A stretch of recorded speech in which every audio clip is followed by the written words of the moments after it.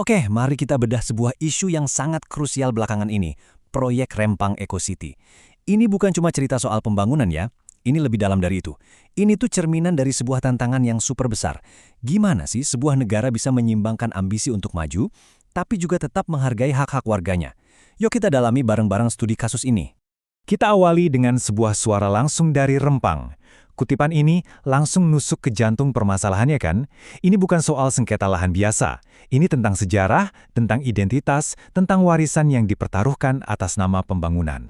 Dalam pembahasan kita kali ini, kita akan melewati 5 bagian penting. Kita mulai dari visi besar di balik proyek ini, lalu kita telusuri apa sih akar konfliknya, kita lihat juga kronologis sampai bisa terjadi bentrokan, setelah itu kita pahami dampak kemanusiaannya, dan yang paling penting, apa pelajaran yang bisa kita ambil buat ke depan.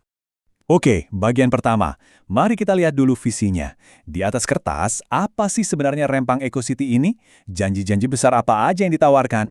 Jadi secara resmi, proyek ini punya label Proyek Strategis Nasional atau PSN. Artinya apa? Artinya ini prioritas tinggi pemerintah dapat lampu hijau penuh. Visinya sendiri, wow, ambisius banget.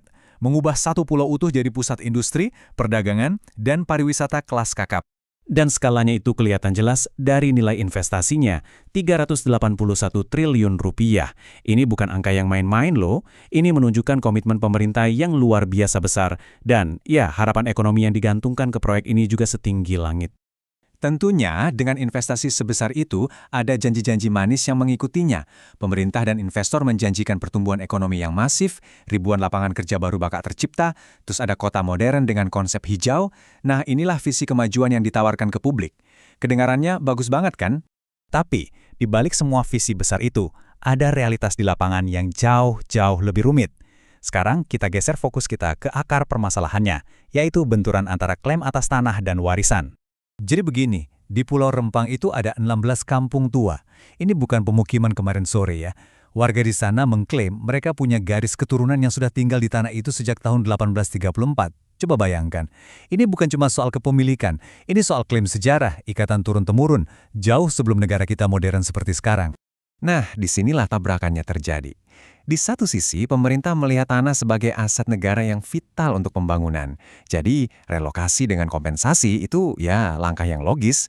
Tapi, coba kita lihat dari sisi warga. Bagi mereka, ini tanah leluhur. Relokasi itu bukan sekedar pindah rumah. Itu artinya mereka dicabut dari akar sejarah, budaya, dan sumber kehidupan mereka. Jadi ada dua dunia, dua cara pandang soal tanah yang sama sekali berbeda.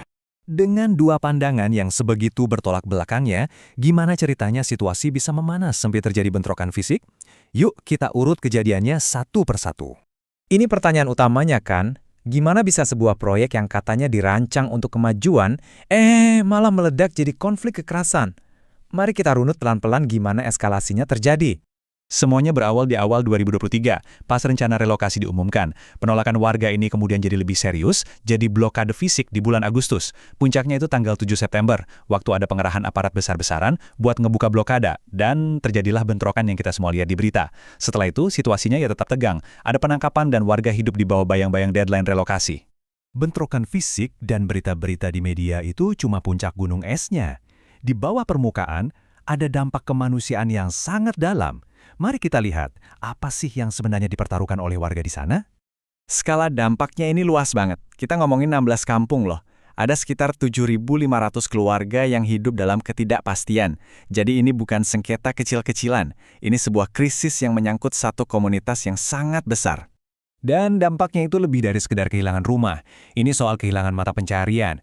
Bayangin nelayan yang kehilangan lautnya. Ini soal hancurnya tatanan sosial yang udah dibangun berpuluh-puluh tahun. Belum lagi luka psikologis, trauma, dan rasa cemas yang mendalam tentang masa depan mereka.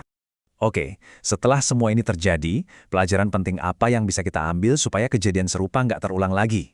Kasus Rempang ini, suka atau tidak suka, jadi sebuah ujian nyata bagi cara kita membuat sebuah kebijakan publik. Setidaknya ada 3 pelajaran besar yang kelihatan jelas banget.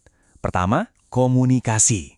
Dialog yang tulus, yang manusiawi, yang dua arah itu harus jadi prioritas dari detik pertama, bukan belakangan. Kedua, pengakuan hak. Bukan cuma hak di atas kertas, tapi juga hak-hak historis dan adat.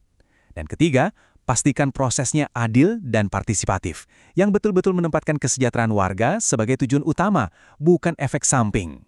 Pada akhirnya, kasus Rempang ini jadi semacam cermin besar buat kita semua.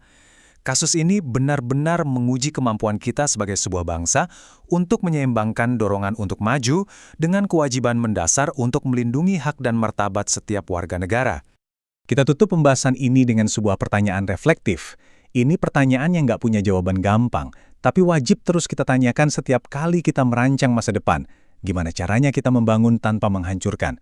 Gimana kita bisa maju bersama-sama tanpa meninggalkan satu orang pun di belakang?